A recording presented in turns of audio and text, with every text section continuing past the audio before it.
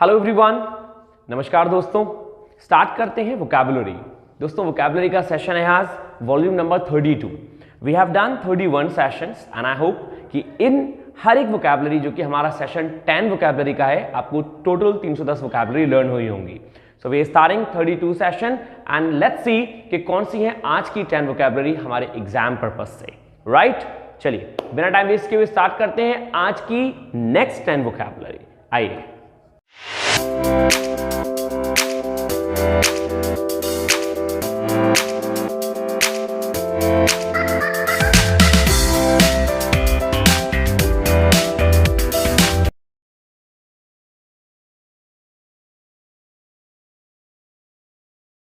तो दोस्तों number 1 vocabulary हमारी रिक्लूज। जी हां, RECLUSE, recluse. The meaning of recluse is संत और सन्यासी। एक्चुअली जो संत और सन्यासी होते हैं उन्हें हम बोलते हैं हर्मिट, और यही जो सन्यासी की फॉर्म है इंग्लिश में दोस्तों कहलाती है रिक्लूज। तो कह सकते हैं हर्मिट या फिर एसेटिक। एसेटिक एक ऐसा इंसान कहलाता है जो कि संयमी होता है, और एक्चुअली यदि कोई इंसान अपने अंदर संयम रखता है, अपनी इंद्रियों को काबू में रखता है, तो दोस्तों वो भी एक संत की कैटेगरी में आता है। तो यही कहलाता है रिक्लूज, चाहे आप एसेटिक कहें और चाहे हर्मिट कहें। राइट, आइए स्टार्ट करते हैं। एग्जाम्पल है she now leads the life of a recluse. वो आजकल अपना जो जीवन बिता रही है वो कैसा बिताती है? वो आजकल अपना जीवन एक संतों की तरह बिताती है। This is what we call she now leads the life of a recluse. Second example, he is a millionaire. वो बहुत अरबपति है, खरबपति है। He is a millionaire recluse. वो एक ऐसा संत है जो कि बहुत अमीर है। Who refuses to give interviews. और वो क्या मना करता है? वो इंटरव्यू देने से मना करता है। मतलब वो बहुत उच्च कोटि का संत है, मॉनिटरी, लेकिन यदि हम बात करें तो वो बहुत ही अमीर संत है और वो अपने इंटरव्यूज देने से मना करता है, उसे इंटरव्यू देना पसंद नहीं है। तो this is what we call recluse, means संत और सन्यासी। आइए दोस्तों, नंबर 2 है आज का क्विबल। जी हां, QUIBBLE, quibble. And the meaning of quibble is objection. किसी के लिए विरोध उत्पन्न करना, किसी को कुछ मना करना, और उस मना करने की फॉर्म में हम उसे विरोध उत्पन्न करते हैं, उसके अगेंस्ट जाते हैं, यही कहलाता है क्विबल। चाहे आप उसे ऑब्जेक्शन कहें या फिर क्रिटिसिज्म कहें, आलोचना कहें, तो आलोचना करना या फिर विरोध उत्पन्न करना, ऑब्जेक्शन करना कहलाता है क्विबल। तो सिनोनियम है objection, criticism about a trivial matter. Criticism मतलब विरोध उत्पन्न करना, या फिर मैं कहूं कि ऑब्जेक्शन उत्पन्न करना है, क्रिटिसिज्म पैदा कर रहे हैं किसके लिए? ट्रिवियल मैटर के लिए, तुच्छ मामलों के लिए, बहुत तुच्छ बातें हैं जिनमें हमें इंपॉर्टेंस नहीं देनी चाहिए, और उसके लिए हम क्रिटिसिज्म, आलोचना कर रहे हैं किसी की, यही कहलाता है quibble. Example, let's not quibble over minor details. इन छोटी छोटी डिटेल्स पर यार विवाद उत्पन्न मत करो, झगड़ा मत करो। Let's not quibble. Right, second example, there is no doubt nor quibbling. ना तो इसमें कोई शक है और ना ही इसमें कोई विवाद वाली बात है। This is what we call quibble. Right, number third है दोस्तों एंस्कॉन्स। जी हां, ENSCONCE, ensconce. The meaning of ensconce, कहीं रहना, अपने आप को कहीं इंस्टॉल कर देना, इस्टेब्लिश कर लेना, या किसी चीज में छुप जाना कहलाता है एंस्कॉन्स। तो इसका मीनिंग हो गया सेटल करना, कहीं इंस्टॉल कर लेना, या फिर इस्टेब्लिश हो जाना कहलाता है ensconce. Example, the sculpture is safely ensconced behind glass. What does it mean? जो स्कल्पचर है, जो मूर्ति है दोस्तों, वो सेफली, बहुत अच्छे तरीके से, बहुत सेफ तरीके से रख दी जाती है बिहाइंड ग्लास, ग्लास के पीछे। तो यही कहलाता है एंस्कॉन्स, किसी चीज को प्लेस कर देना कहीं। राइट, सेकेंड एग्जाम्पल, ही एंस्कॉन्स्ड हिमसेल्फ। उसने खुद को ही कहीं प्लेस कर लिया, कहां पे? इन फ्रंट ऑफ टेलीविजन, मतलब टीवी के सामने उसने अपने आप को स्टेबल कर लिया, वो बैठ गया, खड़ा हो गया, जो भी है। तो ही एंस्कॉन्स्ड हिमसेल्फ, वो सेटल हो गया टीवी के सामने। दोस्तों इसमें एक चीज और दे रखी है एग्जाम्पल के तौर पे, एंस्कॉन्स्ड इन न्यू जॉब। जी हां, यदि कोई इंसान अपनी नई जॉब को ले लिया है उसने, यदि वो नई जॉब में स्टेब्लिश हो गया है, सेटल हो गया है, तो ये भी कहला सकता है ensconced in a new job. He ensconced himself in a new job. उसने अपने आप को सेटल कर लिया है, स्टेब्लिश कर लिया है एक नई जॉब के लिए। राइट, तो ये था दोस्तों number 3। Number 4, God, GOAD, God. And the meaning of God is provoke, instigate, किसी को उकसाना, उकसाना कहलाता है GOAD, गॉड, राइट। एग्जाम्पल के तौर पे जैसे इसमें कि दे रखा है सिनोनियम के तौर पे प्रोवोक और इंस्टिगेट, और एग्जाम्पल की बात कहें, he wondered if the psychiatrist was trying to goad him into some unguarded response।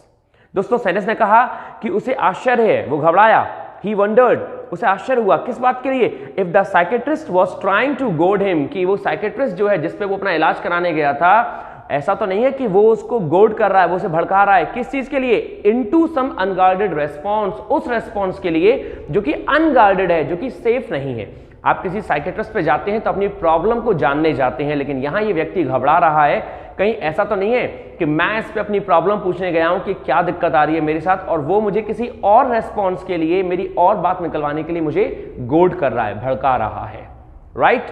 Second example simple वाला, हर अपोजिशन एक्टेड एज अ गोड, उसकी जो अपोजिशन पार्टी है, जो अपोजिशन है, उसने काम किया कैसा, उसे भड़काने का, to her determination to succeed, वो लेकिन ये पॉजिटिव रेस्पॉन्स के लिए था कि उसका डिटर्मिनेशन जो था सक्सेस के लिए, उसका जो डिटर्मिनेशन था, उसका जो लगाव था उसकी सक्सेस के लिए, उसके प्रति उसकी अपोजिशन ने उसको भड़काने का काम किया, right. Number third example, the threat of legal action, जो लीगल एक्शन का जो डर था, शुड गोड दैम, उसे भड़काना चाहिए इनटू कंप्लाइंग, किसके लिए, एग्री होने के लिए। मतलब यदि आप किसी को एग्री करना चाहते हो तो सेनेस कहना है कि भाई कि आप उस पर लीगल एक्शन लो, जब लीगल एक्शन लोगे तो वो भड़क जाएगा, और वो भड़केगा तो वो सहमत हो जाएगा उन चीजों के लिए। तो उसने कहा कि the threat of legal action should गोड दैम इनटू कंप्लाइंग, कंप्लाई का मीन्स होता है सहमत होना। सो दोस्तों ये सभी एग्जाम्पल गॉड पे थे, और गॉड का मतलब हम लोगों ने जाना क्या, किसी चीज के लिए भड़काना किसी को, is called God, right. Number fifth है दोस्तों डेफरमेंट।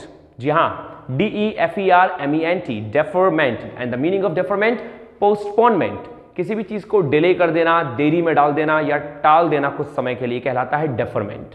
सिनोनियम, पोस्टपोनमेंट, डेफरल, सस्पेंशन या एडजर्नमेंट। जी हां, ये सभी के सभी एग्जाम्पल किस लिए थे, कि देरी करने के लिए, टालने के लिए, कुछ समय बिताने के लिए, यही कहलाता है deferment, right. Example, she requested a 6 month deferment on her loan, अपने लोन के लिए उसने 6 महीने का समय मांगा कि भैया 6 महीने बाद इस पे कुछ और किया जाए, या मैं 6 महीने बाद दूंगी। तो उसने कहा शी रिक्वेस्टेड, उसने प्रार्थना करी, अ 6 month डेफरमेंट, 6 महीने बाद के लिए, ऑन हर लोन, अपने लोन पर, राइट। उसने लोन देने के लिए क्या किया, 6 months का टाइम मांगा। नंबर नेक्स्ट दोस्तों, because of my relatives death we will defer our vacation for a while. उन लोगों ने कहा, मतलब उस इंसान ने कहा कि मेरे रिलेटिव्स के डेथ के कारण हम लोगों ने जो वेकेशन प्लान किया था वो कुछ समय के लिए डेफर कर दिया गया है, कुछ समय के लिए पोस्टपोन कर दिया गया है, टाल दिया गया है। This is what we call deferment. Guys this is one of the most important vocabularies, right. चलिए फिफ्थ के बाद स्टार्ट करते हैं नंबर 6, और 6 है ब्लैंडिशमेंट। दोस्तों ब्लैंडिशमेंट कहलाता है किसी को अपने झांसे में ले लेना, जैसे इसमें लिखा रहा है सिनोनियम में, फ्लैटरी, चापलूसी करना, या कैजोल, वही कैजोल का मतलब किसी को झांसे में ले लेना, चापलूसी कर लेना, या एन्चेंटेड मतलब किसी को जादू टोना करके अपनी बातों में ले लेना, यही कहलाता है blandishment, right. Example, he refuse to be moved, उसने मूव करने से रिफ्यूज कर दिया, बाय ईदर थ्रेट्स, चाहे उसे डर के कारण उसने मना किया, और ब्लैंडिशमेंट, और चाहे उसने किसके कारण, चापलूसी के कारण मना किया, चाहे वो उसके झांसे में आ गया इसलिए मना किया, और या फिर उसने डर के कारण मना किया, लेकिन ही रिफ्यूज्ड, उसने मना कर दिया मूव करने के लिए, चाहे डर के कारण और चाहे झांसे में आने के कारण, राइट, चाहे चापलूसी के कारण, blandishment. Second example, the salesman thought, जो सेल्समैन है उसने सोचा, एवरी ब्लैंडिशमेंट, प्रत्येक चापलूसी भरे उपहार के लिए या चीजों के लिए, ही कुड, जो वो कर सकता था, फॉर सेलिंग हिज गुड्स, अपने माल को बेचने के लिए। जी हाँ, बिल्कुल सही एग्जांपल है दोस्तों। कोई भी इंसान यदि अपना माल बेचना चाहेगा तो मार्केट में वो जो लोग हैं जिनको वो बेचना चाहेगा, जिनको सेल करना चाहेगा, उनको पहले अपनी बातों में लेगा। तो उसने सारी कोशिश की ब्लैंडिशमेंट करने की उन लोगों पर, राइट, उन लोगों पर जादू करने की अपनी बातों से, उनको अपनी बातों में लेने की, यही कहलाता है blandishment, right everyone.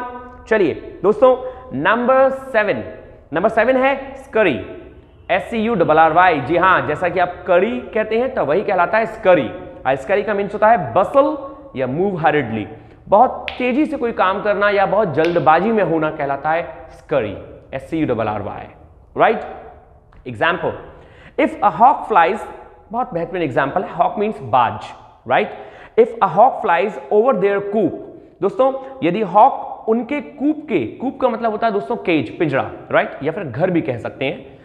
If a hawk flies over their coop they scurry to shelter, यदि कोई बाज अपने शिकार के घर के ऊपर या पिंजरे के ऊपर उड़ता है तो वो लोग अपने शेल्टर को भागते हैं, मतलब वो छुपने की जगह ढूंढते हैं।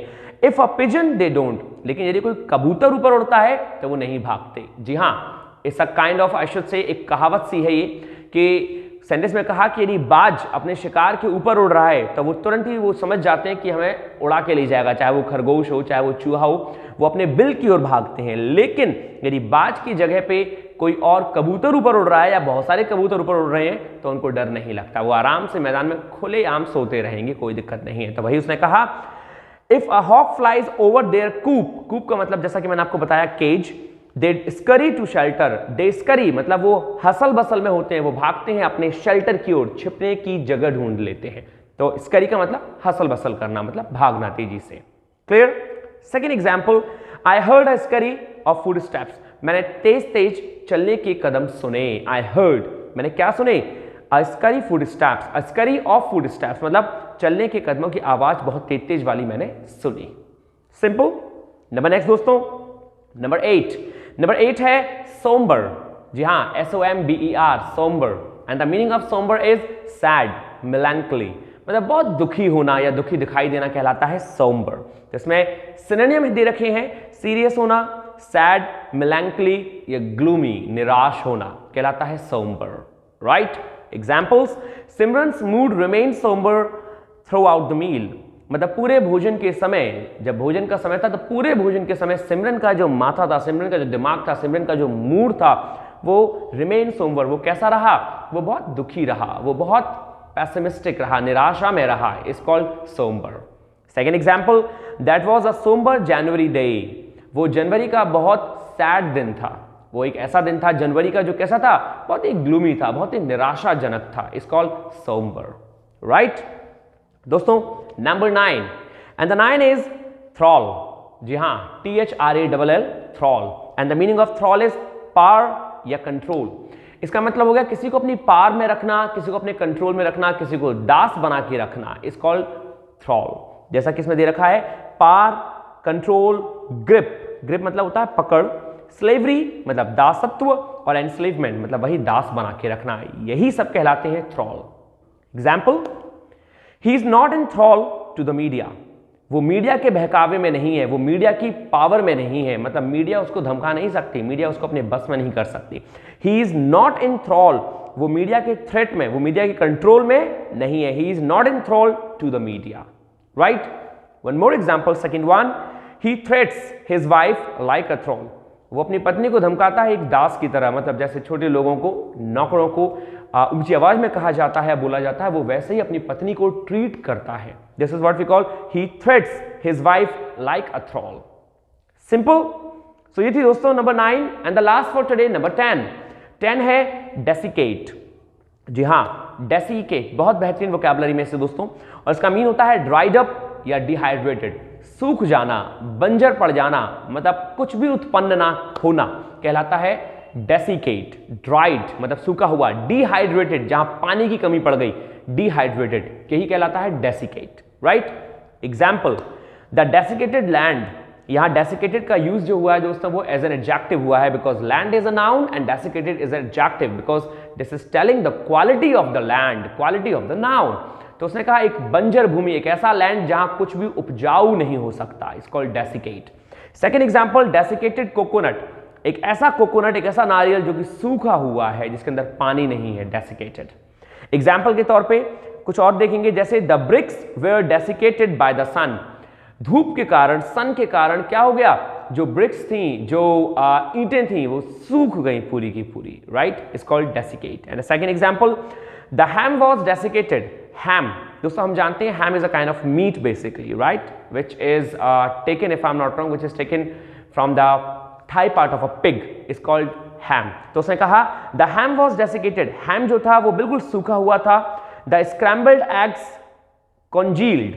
जो स्क्रैम्बल्ड एग था, ये एग की एक फॉर्म होती है स्क्रैम्बल्ड एग, तो स्क्रैम्बल्ड एग जो था वो लसलसा था, वो जेली टाइप में था. And the fruit juice fermented, और फ्रूट जूस जो था वो दोस्तों एक फर्मेंटेड फॉर्म में था, बहुत मतलब लिक्विड फॉर्म में था. This is what we call desiccate. Ham कैसा था? ड्राइड फॉर्म में था. This is what we call दोस्तों डेसिकेट. आशा करता हूं कि आपको ये सारे के सारे समझ में आए होंगे. ये थी दोस्तों 10 vocabulary. We have completed 32 session, it means 320 vocabulary. Now this is your duty that you should complete those all 32 session. Guys, slowly we guys are moving on towards our target, towards our destination, and this is my humble request to everyone. Please do them on a daily basis. If you haven't started, then it's not all about postponement. It's not about deferral. आप late नहीं हुए, you can start now even too. Right? Finish करते हैं दोस्तों आज का lesson. फिर start करेंगे नंबर नेक्स्ट टाइम के लिए. तब तक के लिए take care of yourself. Stay happy, stay healthy, stay hungry. Thank you दोस्तों. नमस्कार.